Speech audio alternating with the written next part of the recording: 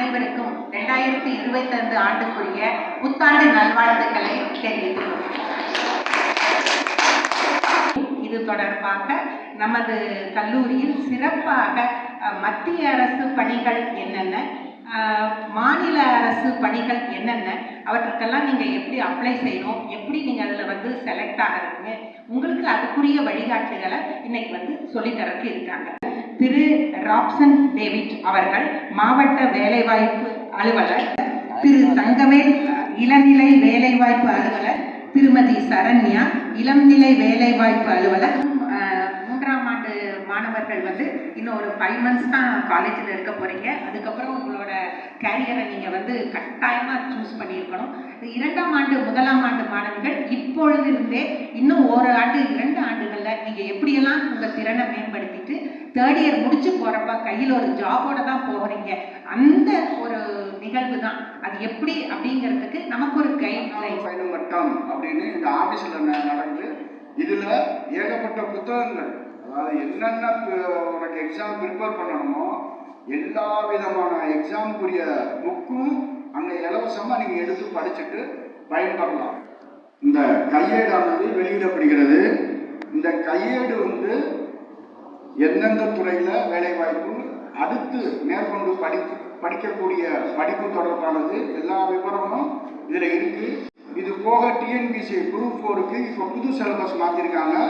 அது தொடர்பான விவரங்களும் இதில் இருக்குது. உங்கள் லைப்ரரியில் இருக்கும், நீங்கள் வாங்கி படித்து பாருங்கள். சரியா? ஆண்டுக்கு 2 முறை மெகா ஜாப் ஃபேர் நடத்துகிறாங்க. இதுக்கு ஒரு ப்ரைவேட் ஜாப் போட்டமும் வச்சுருக்காங்க. உங்களுக்கு அந்த கையேடு எல்லாமே கொடுத்துருப்பாங்க. இந்த லைப்ரரியில் புக்கு வெளியிட்டிருக்காங்க இல்லையா, அதில் லைப்ரரியில் இருக்கும், அதில் பாருங்கள்.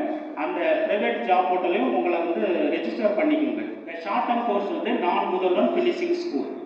இதில் நிறையா டிஃப்ரெண்ட் கோர்சஸ் அவர் பேசிஸில் திண்டுக்கல் மாவட்டத்தில் எங்கெல்லாம் ஷார்ட் டேர்ம் கோர்ஸ் இருக்குங்கிற லிஸ்ட்டு நீங்கள் அந்த வெப்சைட்டில் பார்க்கலாம். NMFS அப்படின்னு நீங்கள் கூகுளில் அடித்தாலே வந்துடும், உங்களுக்கு அந்த வெப்சைட் வந்துடும். அது ஓப்பனாக நீங்கள் யார் வேணாலும் ரெஜிஸ்டர் பண்ணலாம். அதில் நிறைய கிட்டத்தட்ட ஒரு 420 கோர்சஸ் இருக்குது. ஷார்ட் டேர்ம் கோர்ஸ் எல்லாமே அவர் பேசிஸு, எல்லாமே ஃப்ரீ. இதில் பார்த்தீங்கன்னா government polytechnic, government ITIs and private இன்ஸ்டியூஷன்லாம் இந்த கோர்ஸு பார்ட் டைமாக நடத்தப்படுது. நீங்கள் காலேஜ் படிக்கும் போது உங்களுக்கு வாய்ப்பு இருந்தால் ஈவினிங் 4 to 6 இது மாதிரி ஹாலிடேஸ், வீக்கெண்டு இது மாதிரி டயத்துலலாம் நடத்துகிறாங்க. தமிழ்நாடு ஃபுல்லாக நடக்குது.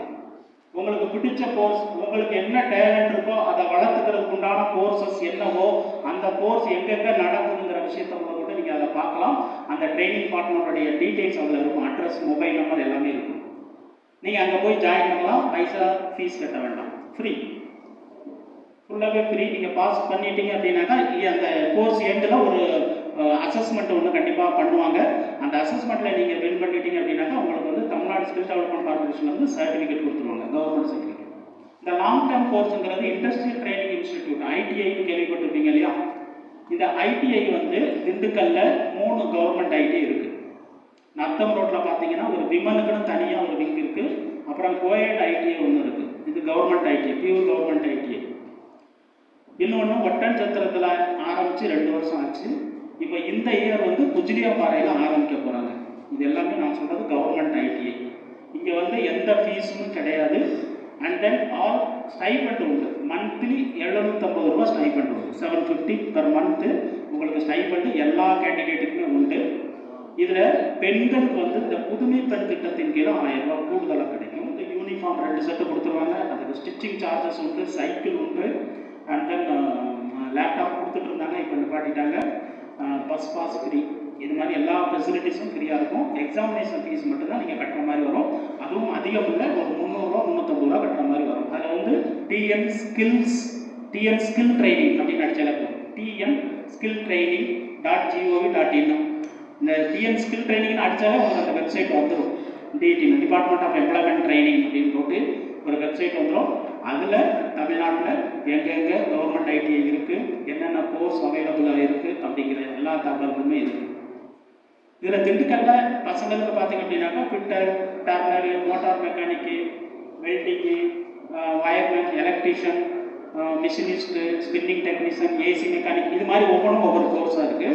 அதே மாதிரி விமன்ஸ் அப்படின்னு பார்த்தீங்கன்னா கம்ப்யூட்டர் ரிலேட்டடாக desktop operation operator, computer operator, programming assistant, கோகோ, fashion design, ceiling technology, power electronics, இது மாதிரி சில கோர்சஸ் எல்லாம் கேர்ள்ஸ்க்கு இருக்குது. அது வந்து விமன் விங்க் அது.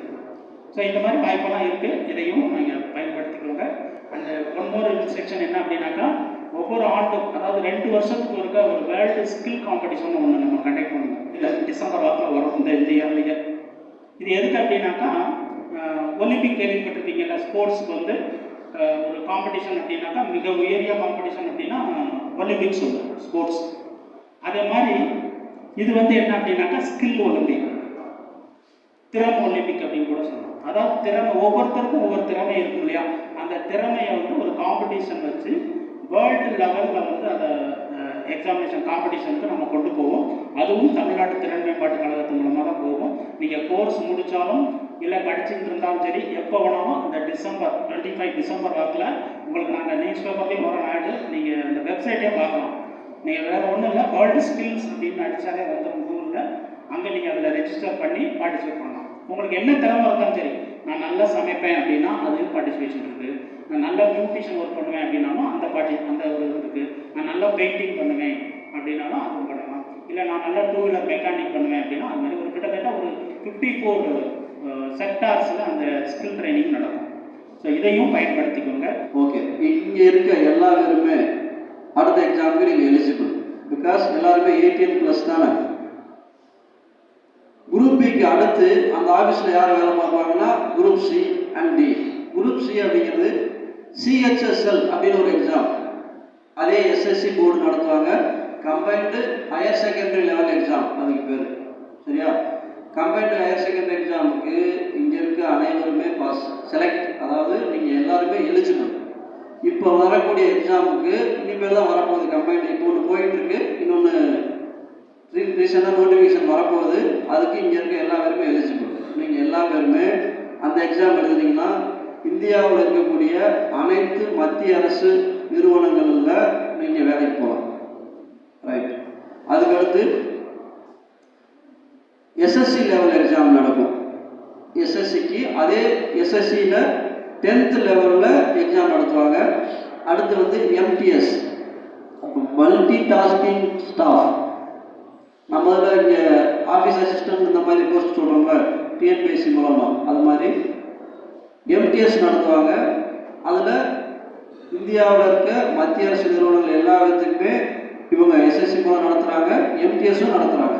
அதுக்கு வந்து வெறும் 10th மட்டும்தான் eligible.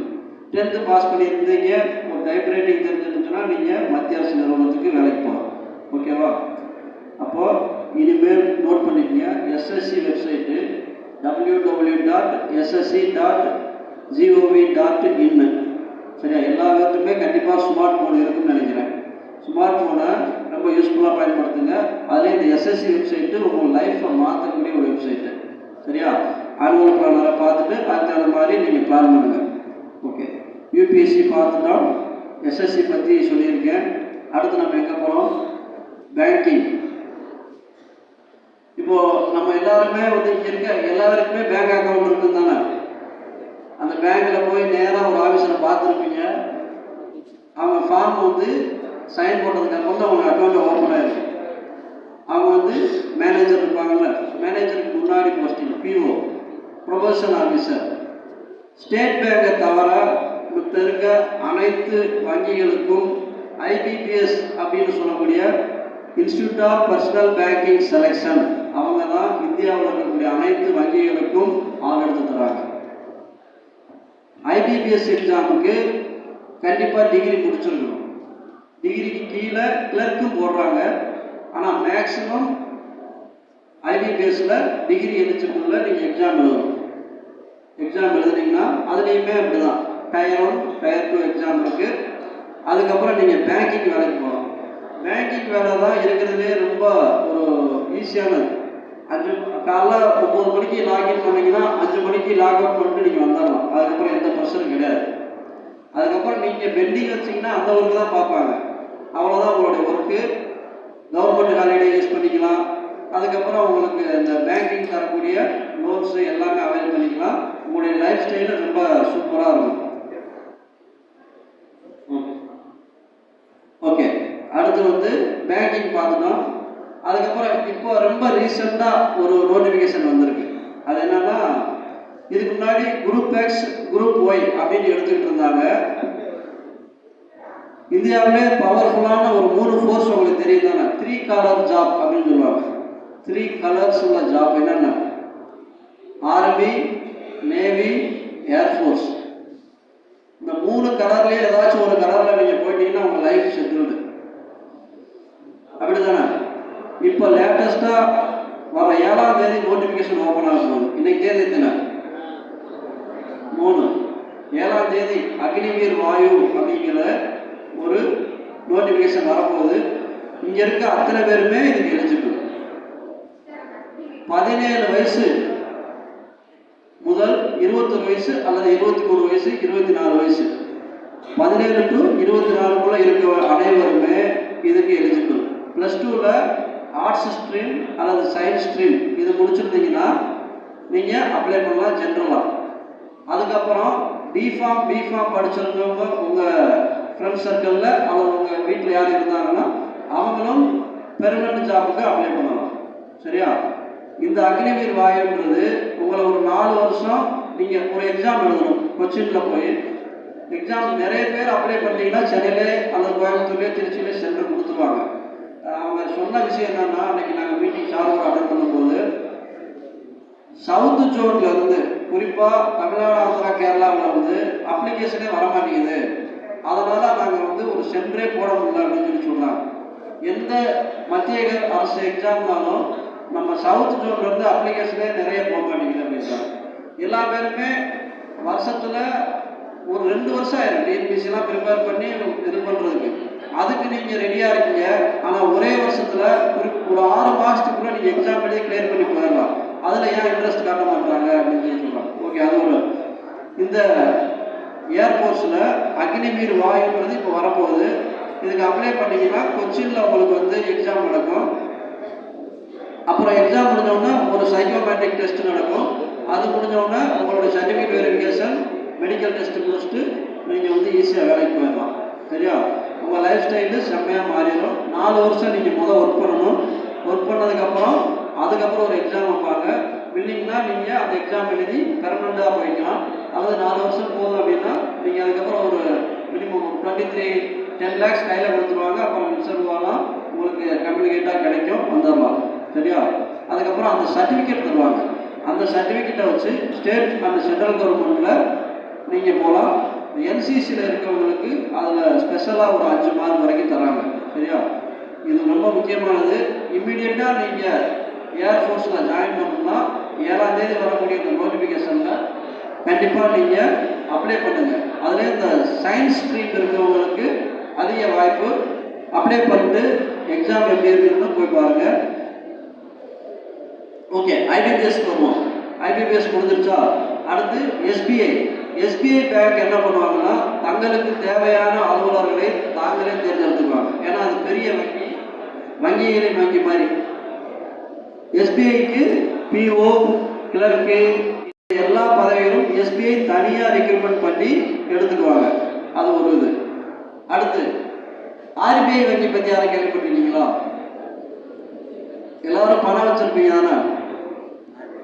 RBI, reserve bank of India. இந்த பேங்கிங் செக்டாரில் வரும்போது ஆர்பிஐ மற்றும் எக்ஸாமுக்கு மட்டுமே படிக்கிற ஒரு தனி குரூப் இருக்காங்க. ஐபிபிஎஸ் எழுத மாட்டாங்க, எஸ்பிஐ பிஓ எழுத மாட்டாங்க, ஆர்பிஐ எக்ஸாம் தான் எழுதுவேன் அப்படின்னு எழுதுவாங்க. அவங்களுக்கு வந்து group B, group C, group A எல்லா லெவலும் ஆர்பிஐ எக்ஸாம் எழுதுவாங்க. நபார்டு வங்கி கேள்விப்பட்டிருக்கீங்களா? நபார்டு. நான் சொல்கிற வார்த்தையெல்லாம் தயவு செய்து காயின் பண்ணிக்கங்க. இவ்வளோ நாள் நமக்கு தெரியாமல் போச்சு, ஒன்றும் நோய் இஷ்யூ பிரச்சனை இல்லை. இனிமேல் நம்ம அதை பற்றி தெரிஞ்சுக்குவோம், அதை பற்றி போவோம். ஏன்னா நம்ம படித்து முடிச்சுட்டு வேலைக்கு போகணுன்னு தான் வந்திருக்கோம். அப்படிங்கும்போது நமக்கு இவ்வளோ வாய்ப்புகள் இருக்குது. இதில் எது உங்களுக்கு அடாப்டோ அதை நீங்கள் தேர்ந்தெடுத்துக்கலாம். அதுக்காக தான் இவ்வளோ விஷயங்கள் உங்களுக்கு சொல்கிறது. ஆர்பிஐ வங்கி, நபார்டு வங்கி, செபி இவங்கெல்லாம் வந்து அப்பப்போ நோட்டிஃபிகேஷன் வரும். அப்புறம் இஎஸ்ஐ கேள்விப்பட்டிருக்கீங்களா? எம்ப்ளாய்மெண்ட் ஸ்டேட் இன்சூரன்ஸ் கார்பரேஷன், அவங்களுக்கும் இந்த மாதிரி எக்ஸாம்ஸ்லாம் வரும். ஸோ இது எல்லாமே மத்திய கவர்மெண்ட்டில் கரெக்டாக 6 மந்த் அல்லது 8 to 10 மந்தில் உங்களுக்கு ஃபஸ்ட் எக்ஸாமும் முடிஞ்சிடும், ரெண்டாவது எக்ஸாம் முடிஞ்சிடும், இன்டர்வியூ முடிஞ்சிடும், சில எக்ஸாமுக்கு இன்டர்வியூ இல்லாத இமீடியட்டாக முடிஞ்சிடும். 6 மாதம் கரெக்டாக நீங்கள் உங்களை டியூன் பண்ணி அந்த ஷெடியூல் ஃபாலோ பண்ணி நீங்கள் போனீங்கன்னா இந்த எக்ஸாம்லாம் கிளியர் பண்ணலாம். சார் சொன்னாங்க 1 வருஷம் டிஎன்பிசிக்கு ஆகும், நான் அது கூட சொன்னேன். 6 மந்த்து இவ்வளோ எக்ஸாம்ஸ் இருக்குது. இன்னொன்று சொல்லிட்டு முடிச்சுட்டு அதுக்கப்புறம் சிலபஸை பற்றி நம்ம பார்ப்போம். ஆர்ஆர்பி கேள்விப்பட்டிருக்கீங்களா? Railway recruitment board. அதில் வெரி பெஸ்ட்டு அப்படின்னு ஒரு எக்ஸாம்னா என்டிபிசி, நான் டெக்னிக்கல் பாப்புலர் கேட்டகரிஸ் அப்படின்னு சொல்லுவாங்க, என்டிபிசி. அந்த எக்ஸாம் வந்து Tier 1 Tier 2 2 வகையில் நடக்கும். அதுக்கப்புறம் டெக்னிக்கல் டெஸ்ட் இருக்கும், அதுக்கப்புறம் நீங்கள் வேலைக்கு போவீங்க. அதுக்கப்புறம் எம்டிஎஸ் அப்படிங்கிறது அந்த ஆர்ஆர்பியில் நடத்துவாங்க, கிளரிக்கல் நடத்துவாங்க, மெடிக்கல் சம்மந்தமாக எக்ஸாம் நடத்துவாங்க. அந்த ஆர்ஆர்பியில் எவ்வளோ லோகோ பைலட் அப்படின்ற ஒரு எக்ஸாம் நடத்துவாங்க. அதுக்கு வந்து ஐடிஐ டிப்ளமோ இந்த முடிச்சிருந்தாங்கன்னா லோகோ பைலட் போவாங்க. இதுக்கு மேலே பெரிய ஏஜென்சி என்ன அப்படின்னா என்டிஏ, நேஷனல் டெஸ்டிங் ஏஜென்சி. டாக்டருக்கு போனோன்னா என்ன எக்ஸாம் எழுதுவாங்க? என்ட்ரன்ஸ் சொல்லுவாங்க, நீட்டு. அதுக்கப்புறம் நீட் எழுதுவாங்களா? அந்த மாதிரி பெரிய பெரிய எக்ஸாம்ஸ்லாம் யாரை கண்டக்ட் பண்ணுவாங்களா? என்டிஏ. என்டிஏவுக்கு ஆள் வேணும்ல, அவங்களுக்கான எக்ஸாம் வந்து அவங்களே வந்து ரெஃபர் பண்ணிக்கலாம். அதனால் நேஷனல் டெஸ்டிங் ஏஜென்சி மூலமாக ஒரு நாட் எக்ஸ்பெக்ட் நீட்டு இன்னும் பல துறைகள் வந்து அவங்களுக்கு வேலைக்கு ஆள் வேணும் அப்படின்னா இந்த என்டிஏ அவங்ககிட்ட சொல்லிடுவாங்க.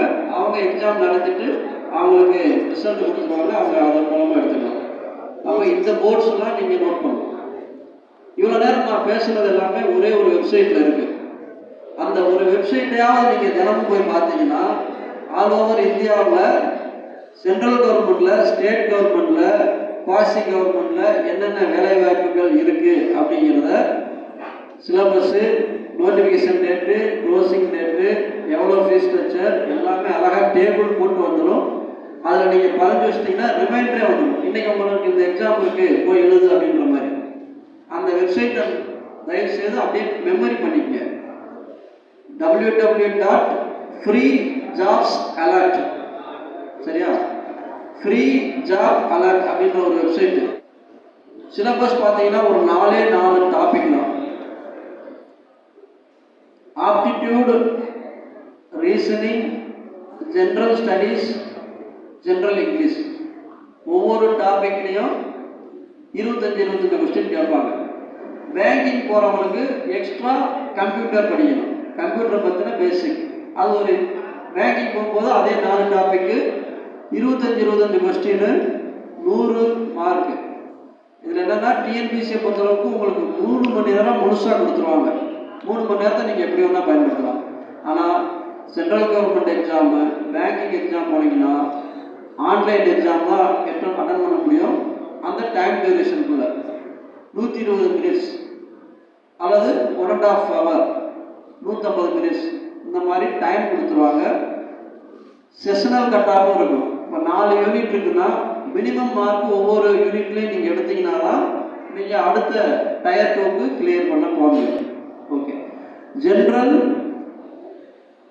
ஆப்டிடியூடு, ரீசனிங், இதுக்கு வந்து ஒரு புக் இருக்குது. ஆர்எஸ் அகர்வால் அப்படின்றவர் எழுதியிருக்காங்க. ஆல் ஓவர் இந்தியா இதை தான் ஃபாலோ பண்ணுறாங்க. ரீசனிங்கிறது இன்னும் ஈஸி, மைண்ட் மேப் மாதிரி. ஒரு 4-5 படம் கொடுத்துருப்பாங்க, 5வது படம் எது டிஃப்ரெண்ட்டாக இருக்குது அதை சொல்லுங்க போதும் அப்படின்ற மாதிரி, சரியா? ரீசனிங் பார்த்து ரொம்ப ஈஸி. ஆப்டிடியூடுன்றது நீங்கள் 6th-லேருந்து 10th வரைக்கும் படித்த மேக்ஸ், இதுதான் வந்து aptitude reasoning. Okay. General knowledge அப்படின்னு சொல்லக்கூடியது பிஃபோர் நீங்கள் எப்படியோ நம்ம ரூரல் காலேஜில் எப்படியோ செலக்ட் ஆகி வந்துட்டோம், 4 டிபார்ட்மெண்ட்டுக்கு படிச்சுட்டு இருக்கோம். இனிமேல் உங்களை நீங்கள் மாற்றிக்கணும் அப்படின்னா சில விஷயங்களை நாங்கள் உங்களுக்கு கோர்ஸ் பண்ணுறோம், நீங்கள் ஃபாலோ பண்ணி தான் ஆகணும். அப்போ தானே வேலைக்கு போக முடியும். ஐஃபோன் வச்சுருக்கணும், பைக் வெளியே நிற்கணும், பாக்கெட்டில் பணம் இருக்கணும். நம்ம ஒரு பயங்கரமான லைஃப் ஸ்டைலிருந்து நம்ம வரல. நம்ம வந்து ஒரு ரூரல்லேருந்து ஒரு சாதாரண அப்பா அம்மாவுக்கு. அப்போது நம்ம பேரை சொன்னால் நம்ம ஊருக்கு எல்லாருக்கும் தெரியணும் அப்படின்னா நமக்கு ஒரு பவர் வேணும், அப்படி தானே? இப்போ இப்போ உங்கள் பேர் உங்கள் அப்பா பேர் கூட சொன்னால் தான் உங்களை பற்றி தெரியும்.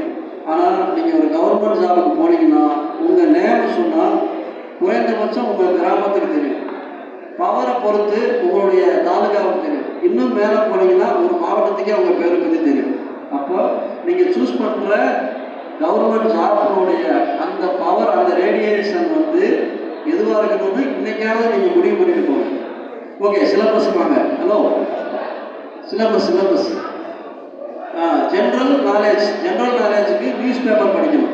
நம்ம எம்ப்ளாய்மெண்ட் டிபார்ட்மெண்ட் மூலமாக டெல்லியிலிருந்து அந்தந்த வட்டார மொழிகளில் எம்ப்ளாய்மெண்ட் நியூஸ் அப்படின்னு ஒரு பேப்பர் வருது.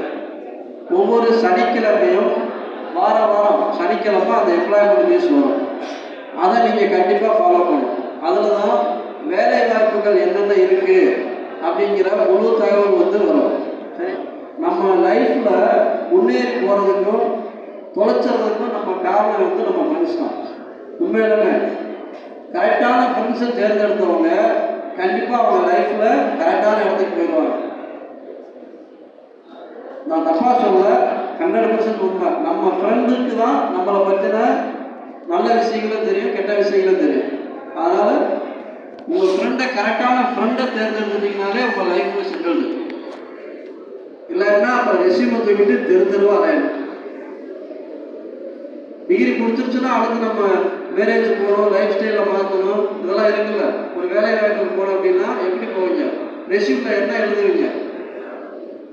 அதனால் உங்களுடைய ப்ரொஃபைல் நல்ல வெயிட்டேஜாக இருக்கணும் அப்படிங்கிறதுக்காக இந்த ஒரு நல்ல நிகழ்ச்சி, நல்ல ப்ரோக்ராம். அதுக்கு ஸ்கில் டெவலப்மெண்ட்டை பற்றி சொல்லியிருக்காங்க, ஸ்டேட் கவர்மெண்ட் எஜுகேஷனை பற்றி சொல்லியிருக்காங்க. உங்களுக்கு இந்த அழகான ப்ரோக்ராமும் ஏற்பாடு பண்ணி கொடுத்துருக்காங்க. அதனால் இன்னைக்கு கிடைக்கக்கூடிய தகவல்கள்லாம் நீங்கள் வந்து நல்லா நோட் பண்ணணும். சரிங்களா? ஓகே, ஜெனரல் ஸ்டடீஸ்க்கு வந்து அரிஹந்த் அண்ட் லூசன்ட் அப்படின்னு 2 புத்தகம் கிடைக்குது. அரிஹந்த், லூசன்ட் வெறும் 180 ரூபா தான், 180 rupees. அதில் வந்து ஜெனரல் ஸ்டடீஸ் எல்லாமே அதில் அடங்கியிருக்கு. எக்ஸ்ட்ரா நீங்கள் படிக்க வேண்டியது news paper. RS Agarwal book, Arihant அல்லது லூசன்ட் புக்கு. ஜென்ரல் இங்கிலீஷ்க்கு பிளாக் புக் அப்படின்னு ஒன்று வைக்கிது, பிளாக் புக்கு. அதில் வந்து இங்கிலீஷ்க்கு என்னென்னலாம் படிக்கலாம் அப்படிங்கிறது இருக்குது. இங்கிலீஷ் வந்து ரொம்ப நம்ம அமெரிக்கன் இங்கிலீஷ்லாம் இல்லை, நார்மலாக 6th to 10th வரைக்கும் நம்ம ஏற்கனவே என்ன படித்தோமோ அந்த இங்கிலீஷ். சென்ட்ரல் கவர்மெண்ட் எக்ஸாமுக்கு எல்லாத்துக்குமே இந்த 4 தான் மொத்தமே major subject. Aptitude, reasoning, general studies, இன்னொன்று என்னது ஜென்ரல் இங்கிலீஷ். இப்போ நம்ம ஒரு ஏதாச்சும் ஒரு செயல் பண்ணுறோம் அப்படின்னா அதை நம்ம அசஸ்மெண்ட் பண்ணணும். 80% ஹார்ட் ஒர்க் பண்ணுவோம், அதனுடைய பெனிஃபிட் வந்து 20% கிடைக்கும். உதாரணத்துக்கு உங்கள் செல்ஃபோன் 80% நோண்டிக்கிட்டே இருப்பீங்க, நைட்டு பகல் ஃபுல்லாக நோண்டிக்கிட்டே இருப்பீங்க. அதனுடைய பெனிஃபிட் என்னது? எதுவுமே இல்லை. அதில் யூஸ் பண்ண விஷயங்கள் என்னது? எதுவுமே இல்லை. ஆனால் 20% எஃபோர்ட் போட்டிருப்பீங்க, 80% ப்ராஃபிட் கிடைச்சிருக்கும். அது என்ன சொல்லுங்க? அது உங்கள் செமஸ்டர். கரெக்டாக செமஸ்டர் நைட்டு தான் படிப்பீங்க. கரெக்டாக செமஸ்டர் நைட்டு படித்த நீங்கள் பாஸ் பண்ண முடியுது, ஆவரேஜை விட மேலே மார்க்குக்கு போக முடியுது. சிலர் வந்து அந்த எஸ் கிரேடே போக முடியாது. செமஸ்டர் படிக்கிறீங்க, 20% தான் உழைச்சிருக்கீங்க. அதாவது செமஸ்டருக்கான காலம் மட்டும்தான் உழைச்சிருக்கீங்க. உங்களால் பாஸ் பண்ண முடியுது, உங்கள் லைஃபே அதனால் மாறுது, உங்களுக்கு ஒரு டிகிரி கிடைக்குது. ஆனால் எங்கே 80% நீங்கள் பயன்படுத்தணும், எங்கே 20% நீங்கள் பயன்படுத்தணும் அப்படின்னு தெரிஞ்சிச்சுன்னா, அந்த நீங்கள் காலேஜ் படித்த காலத்தில் எல்லாமே நீங்கள் படிச்சிருந்தீங்கன்னா நீங்கள் ஒவ்வொருத்தரும் கோல்டு மெடல் வாங்கிருக்கலாமா?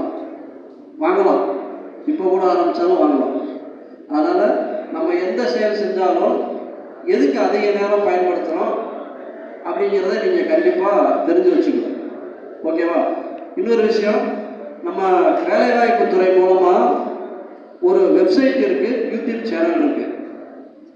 அந்த வெப்சைட்டும் யூடியூப் சேனலும் நாங்கள் இல்லாத போதும் நீங்களே வந்து உங்களை ட்ரெயின் பண்ணிக்கிறதுக்கு ரொம்ப பயன்படும். தமிழ்நாடு விர்ச்சுவல் லேர்னிங் போர்ட்டல் அப்படின்னு ஒரு வெப்சைட்டு நாங்கள் கண்டிப்பாக மேடத்தை சொல்லி அதை நோட்டீஸ் போர்டில் போட சொல்கிறோம். நீங்கள் அதில் எல்லாருமே ரிஜிஸ்டர் பண்ணிக்கோங்க.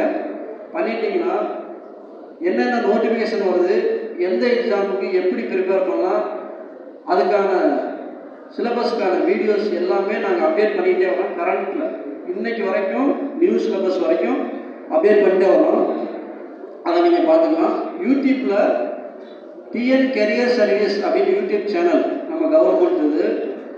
தேவையில்லாத வீடியோஸ்லாம் பார்க்குறதுக்கு இந்த வீடியோஸ்லாம் பார்த்தீங்கன்னா உங்களுடைய லைஃப் ஸ்டைல் வந்து மாறும். சரியா? YouTube channel, website, virtual learning portal and TN career சர்வீஸுங்கிற இது கண்டிப்பாக ஒரு நோட்டீஸ் போர்டில் மேடம்கிட்ட சொல்லி போட சொல்கிறோம்.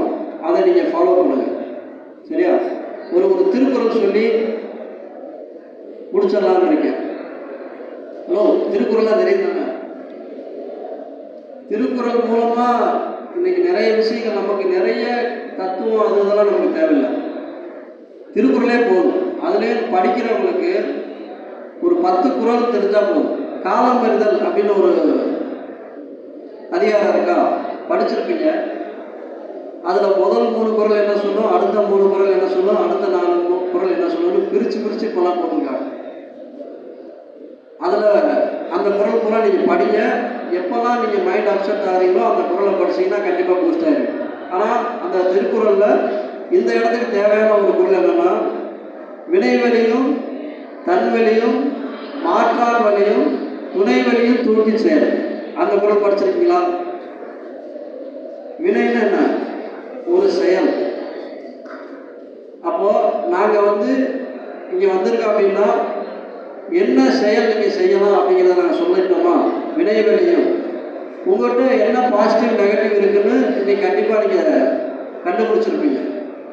அப்போ தன் வலியும் உங்களுடைய வலிமை உங்களுக்கு தெரிஞ்சிருக்கும். துணை வலியும் உங்களோட போட்டி போடக்கூடிய நபர்கள் யார்? இப்போ 12 லட்சம் பேர் எக்ஸாம் எழுதுறாங்கன்னா 12 லட்சம் பேர் நமக்கு போட்டியாளர். அப்போ அதுக்கு தகுந்த மாதிரி நம்ம எப்படி ப்ரிப்பேர் பண்ணணும்? அப்போ வினைவெளியும் தன் வழியும் மாற்றார் வழியும் துணை வழியும் அப்படின்னா துணைக்கு நாங்கள் இருக்கோம். இப்போ நாங்கள் சொன்னோம்ல, எக்ஸாமுக்கு படிக்கணும்னா சிலபஸ் முக்கியம், புக்ஸு முக்கியம், அதுக்கப்புறம் டைமுக்கு கரெக்டாக நம்ம ப்ரிப்பேர் பண்ணணும் அப்படின்லாம் சொல்லலை. அது வந்து வினைவெளியும் தன்வெளியும் மாற்றார் வழியும் துணை வழியும் இதெல்லாம் துணையாக இருக்கும்போது அந்த செயலை செஞ்சீங்கன்னா 100% உங்களுக்கு வந்து வெற்றி. சரியா?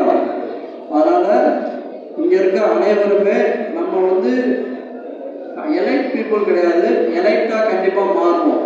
அதுக்கு நமக்கு ஒரு அரசு வேலை முக்கியம். மத்திய அரசு, மாநில அரசு மற்றும் வங்கி தேர்வு அல்லது ஏர்ஃபோர்ஸ் எதுவானாலும் நீங்கள் நினச்சிங்கன்னா இந்த புத்தாண்டில் 100% உங்களால் வேலைக்கு போக முடியும். சரியா? இந்த அற்புதமான வாய்ப்பு அளித்தமைக்கு கல்லூரி நிர்வாகத்தின் சார்பாகவும் எங்களது உதவியை